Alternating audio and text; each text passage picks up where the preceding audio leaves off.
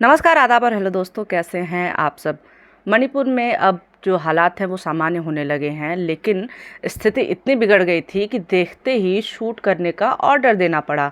जब ये सब चल रहा था, मणिपुर में इतने लोग मर रहे थे, इतनी हिंसा हो रही थी, तब हमारी सरकार क्या कर रही थी? सरकार की तरफ से ऐसा क्या किया जाए कि हिंसा शांत हो। दरअसल जिस समय मणिपुर में हिंसा हो रही थी, उस समय हमारी सरकार एक फिल्म को प्रमोट कर रही थी, द केरला स्टोरी को। जिस समय मणिपुर में हिंसा हो रही थी, उस समय हमारे देश के प्रधानमंत्री, गृह मंत्री देश की जगह भाजपा के कार्यकर्ता की तरह काम करते हुए नजर आए और केवल भाजपा के लिए कर्नाटक में चुनाव प्रचार करते रहे।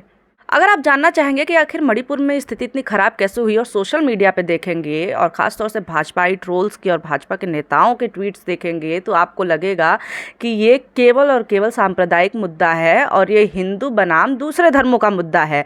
लेकिन मसला है एसटी का दर्जा पाने का, एसटी यानी कि शेड्यूल्ड ट्राइब्स, जनजाति का दर्जा पाने का। तो सबसे पहले हमें समझना होगा कि मणिपुर में किस तरह की जो डेमोग्राफी है, किस तरह का वहाँ का भौगोलिक वहाँ की स्थिति कैसी है। तो सबसे पहले ये जान जाइए कि 3 प्रमुख वहाँ पे कम्युनिटीज़ हैं। सबसे पहली कम्युनिटी है मैतेई, जो कि मेजॉरिटी में है। दूसरी कम्युनिटी है नागा और तीसरी है कुकी।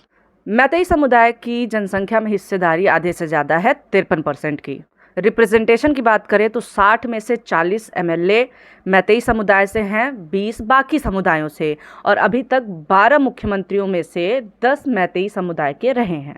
अब मैतेई समुदाय का कहना है कि हमें भी शेड्यूल्ड ट्राइब यानी जनजाति का दर्जा चाहिए, क्योंकि हमारी ज़मीनों पे बाहरी लोग आकर के बस रहे हैं, और वहीं जो नागा और कुकी समुदाय हैं उनको जनजाति का दर्जा है और इसीलिए उनकी ज़मीनें सेफ़ हैं। अब मैं आपको बता देती हूँ कि जो मैतेई समुदाय है वो इम्फाल यानी कि बीच में बिल्कुल मणिपुर के रहता है, और जो पहाड़ी इलाके हैं वहाँ पे ये बाकी 2 जनजातियाँ रहती हैं। अब मैतेई समुदाय के रिजर्वेशन मांगने की वजह से बाकी जो समुदाय हैं वो नाराज़ हो रहे हैं। उनका कहना है कि आप पहले से ही जनसंख्या में ज़्यादा हैं, आपके पास पावर ज़्यादा है, और आप क्यों ये दर्जा चाहते हैं? क्योंकि अगर मैतेई समुदाय को ये दर्जा मिल जाता है तो नौकरी से लेकर के पढ़ाई में जो बाकी समुदाय हैं उनका ऐसा मानना है कि वो पिछड़ जाएंगे, उनको मौके कम मिलेंगे। मैतेई समुदाय की समस्या ये है कि उनका ये मानना है, उनका ये कहना है कि इम्फाल पहले से ही सिकुड़ रहा है और उसमें बाहरी लोग आकर के ज़मीन खरीद रहे हैं, यानी कि पहले से ही कम ज़मीन में और भी लोग आकर के बस रहे हैं। वही जो पहाड़ी लोग हैं जिनको जनजाति का दर्जा मिला हुआ है, वहाँ पे ऐसा नहीं हो सकता है। तो इसीलिए अपनी ज़मीन बचाने के लिए उन्हें भी एक संवैधानिक कवच की ज़रूरत है। अब विवाद शुरू कहाँ से हुआ? मैतेई ट्राइब यूनियन की याचिका पर विचार करते हुए मणिपुर हाईकोर्ट ने राज्य सरकार से कहा कि आप इस मामले पर कुछ हल निकालिए, और अगर आपसे हल नहीं निकलता है तो अगले 4 दिन में आप हमें बताइए। यानी कि ये एक ऑब्जर्वेशन था कोर्ट का। कोर्ट के इस ऑब्जर्वेशन को गलत समझा गया, मिसअंडरस्टैंडिंग हुई। उन्हें लगा कि ये ऑर्डर है जो बाकी जनजातियां हैं। अब ऐसे में ये कहा गया कि बिना बाकी जनजातियों की भावनाओं को, उनकी ज़रूरतों को ध्यान में रखते हुए इस तरह का ऑर्डर नहीं दिया जा सकता है, जिसके बाद से लोगों में नाराज़गी काफ़ी बढ़ गई। हिंसा और दंगे जो शुरू हुए वो 3 मई को हुए, जब ऑल ट्राइब स्टूडेंट्स यूनियन ने एक रैली निकाली, एक मोर्चा निकाला, जिसके बाद से उनमें और जो समुदाय है बाकी उनमें झड़प होनी शुरू हो गई। जिसके बाद ये मामला इतना बढ़ा कि दंगे शुरू हो गए पूरे राज्य में और शूट एट साइट यानी कि देखते ही गोली मारने का आदेश देना पड़ा। यानी कि ये जो टसल चल रहा है, ये टेंशन है पहाड़ी के लोगों और घाटी के लोगों के बीच में। मसला कुल मिलाकर के यही है कि फ़ायदे की बात हो रही है कि पहले से ही जो जनजातियां हैं वो कह रहे हैं कि हम पिछड़े हुए हैं, और ऐसे में अगर आप जो मेजॉरिटी के लोग हैं, बहुसंख्यक हैं, उनको भी जनजाति का अगर आप दर्जा देते हैं तो हमारे पास जो मौके इतनी मुश्किल से मिले हैं वो कम हो जाएंगे।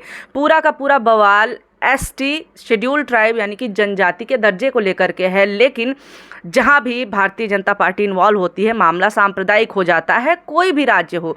तो इस समय जबकि मणिपुर जल रहा है और खुद मुख्यमंत्री कह रहे हैं कि हिंसा की बातें मत करिए या फिर कुछ भी गलतफहमी फैलाने का काम मत करिए, आप सोशल मीडिया उठा करके देखिए, पूरा का पूरा मामला हिंदू बनाम क्रिश्चियन कर दिया गया है कि मैतेई हिंदू हैं जिनके ऊपर अत्याचार कर रहे हैं, जो बाकी समुदाय हैं, कुकी हैं, वो क्रिश्चियन हैं, और इनके ऊपर ऊपर रोहिंग्याओं का हाथ है, इनको बाहरी लोगों से मदद मिल रही है, ये म्यांमार से मदद मिल रही है, बांग्लादेश से मदद मिल रही है। यानी कि पूरा का पूरा मामला, समस्या कहाँ है कि किस तरह से नाकामी हुई, किस तरह से फेल हुआ सिस्टम, किस तरह से सरकार फेल हुई, ये सारी बातों से ध्यान हटाने के लिए फिर से एक बार मामले को सांप्रदायिक बना दिया गया है। जब मणिपुर जलना शुरू हुआ 3 तारीख को प्रधानमंत्री मोदी ने कुल 24 ट्वीट किए हैं और उन 24 ट्वीट में एक भी ट्वीट मणिपुर से जुड़ा हुआ नहीं है। इसमें बर्थडे विशेज़ हैं, इसमें लगभग 20 जो ट्वीट हैं वो कर्नाटक से जुड़े हुए हैं और इसी तरह के ट्वीट्स हैं, आम ट्वीट्स जो होते हैं प्रधानमंत्री के। लेकिन एक भी ट्वीट ऐसा नहीं है जिसमें अपने ही देश का जो एक हिस्सा जल रहा है उसको लेकर के शांति की अपील कर दें। कहते हैं कि रोम जल रहा था और नीरो बंसी बजा रहा था। नीरो भी इतना ज़्यादा अन्वयस्क नहीं होगा अपने साम्राज्य के लिए जितना कि इस वक्त सरकार है। एक के बाद एक तमाम राज्यों के मुख्यमंत्री केरला स्टोरी को प्रमोट कर रहे हैं। हमारे प्रधानमंत्री मंच से केरला स्टोरी को, एक फिल्म को प्रमोट कर रहे हैं। देश जल रहा है लेकिन इस समय पूरा का पूरा ध्यान चुनाव पे है, पूरा का पूरा ध्यान एक मूवी, एक प्रोपेगेंडा मूवी, एक सांप्रदायिक मूवी को फैलाने में है। चुनाव के वक्त मणिपुर में कहा गया था कि आप भाजपा को वोट दीजिए, इससे राज्य की जो किस्मत है वो तय होगी और अगले 25 सालों के लिए तय हो जाएगी। लेकिन 1 साल बाद ही इस तरह की हिंसा हो रही है। यानी कि हर बार की तरह सरकार की नाकामी और सिस्टम के फेलियर को संप्रदायों पर थोप दिया गया है और अपनी जिम्मेदारियों से पल्ला झाड़ लिया। खैर, अगर आपको ये वीडियो अच्छा लगा हो तो लाइक ज़रूर करें, सब्सक्राइब कर दें, कमेंट भी करके हमें बताएं इस मुद्दे पर आपकी राय क्या है, आप सहमत हैं या असहमत हैं। दोनों बातें आप हमें कमेंट में लिख करके बता सकते हैं। बहुत शुक्रिया, धन्यवाद।